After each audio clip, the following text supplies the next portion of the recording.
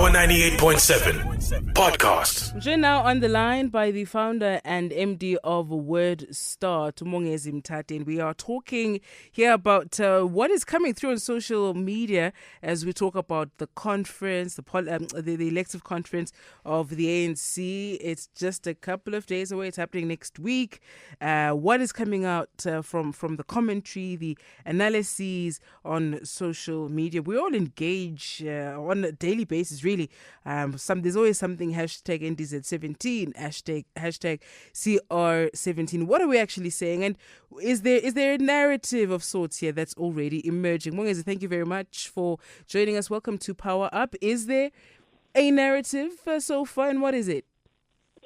Thank you so much for having me, Sebenzile. There definitely is a narrative, and I think what we are seeing now, I mean, we've been investigating this since about June, looking at data from June to date, and what's definitely happening is that the ANC themselves don't seem to be owning the news or owning the data around the ANC, especially on social media. Everybody else is talking about the ANC and they take ownership of sort of, ANC analysis, and also from the opposition party perspective as well as from the news. So the ANC themselves don't seem to be coming out very strongly on social media, especially talking about things that are happening within the ANC, or even the fact that there's, an open competition right now for the top seats. That hardly ever comes out of the ANC. In fact, the ANC goes on as though it's business as usual and putting out fires, as far as we see on social media, of, violence and court cases that are coming up and everything else, but not really saying that Umambaleka Mbete, for example, is in the running, Zweli Mkhize is in the running, and all of these people are in the running. But even though there's this open competition, it's business as usual on our end. In fact, that much doesn't come up, not directly from the ANC social media accounts. We are unfortunately not necessarily spoiled for choice when it comes to candidates who engage frequently, right? They'll do interviews here and there. They'll speak at rallies and events. They'll probably do that more than they would in terms of events and so on. But we don't really have a sense of what they stand for. Sure, we'll associate radical economic transformation with NDZ. You ask anybody what that actually means. It's not always clear.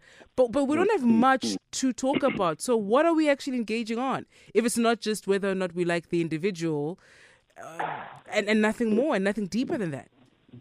I think, there are a lot of associations that we see insofar as the data goes. You mentioned Nkosana Dlamini-Zuma for one.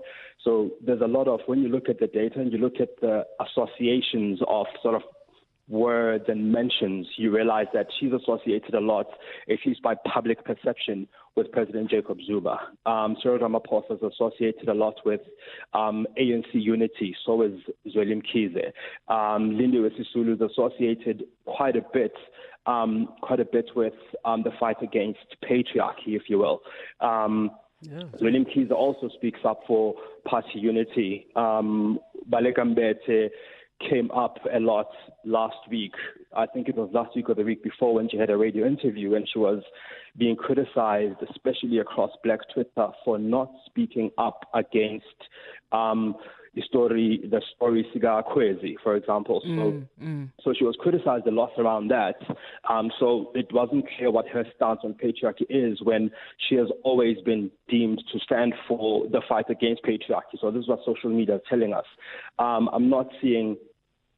So these are the associations really that the data tells us, and we're not looking at we're looking at the social media associations as well as media mentions themselves, without necessarily taking anything outside of these things, outside of this data, because we're just looking at the numbers and looking at the data on our end, and that's kind of why we started this research and this search, to see whether social media can tell us in the end who's going to take the lead, or if anybody who takes the lead is somebody who was being mentioned a lot on social media by the public rather than by the party themselves, because party people are insiders and the outsiders saying all of these things. So do does this data tell us anything? Do we end up with Lindiwe Sisulu, for example, leading the ANC instead of Cyril Ramaphosa, whom we all think it is? Yeah. Yeah. So this is you are so generous, Mongezi. You keep referring to Lindiwe Sisulu. Cheapers.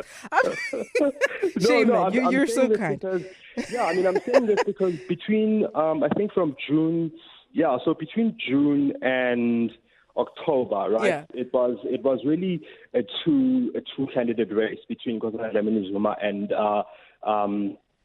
Cyril Ramaphosa. Yeah. And in October, we start seeing Lindiwe Sisulu rising up, and Zweli Mkhize also making himself available. Yes. So, and the reason we saw Lindiwe Sisulu actually rising up is because it was because of criticism that she had put up against Gwede Mantashe, where she was saying Gwede Mantashe hadn't gone to exile, so he can't really be speaking up that much. So that's why she came up, not her campaign, which was very interesting. Absolutely. And yet, what we were seeing, or what was doing the rounds on outside of social media and outside of these public platforms like on WhatsApp, were a series of videos that spoke to her campaign. So it's really interesting to kind of look at what causes these spikes in the party narrative. I'll tell you what, Mongezi, I can't wait to speak to you again next week or after the conference itself to see how all of this shifts as well, because I think the conversation is about to drastically shift. But thank you very much for your insights and joining us this morning. Thank you for having me. Cheers, Mongezi Mtati there, who's the founder and MD of Word Start. What a time. What are folks going to be saying in a couple of days' time as that conference happens? It must come and go already. I'll see you again tomorrow, 3 until 6. Bye. Power 98.7. Now we're talking.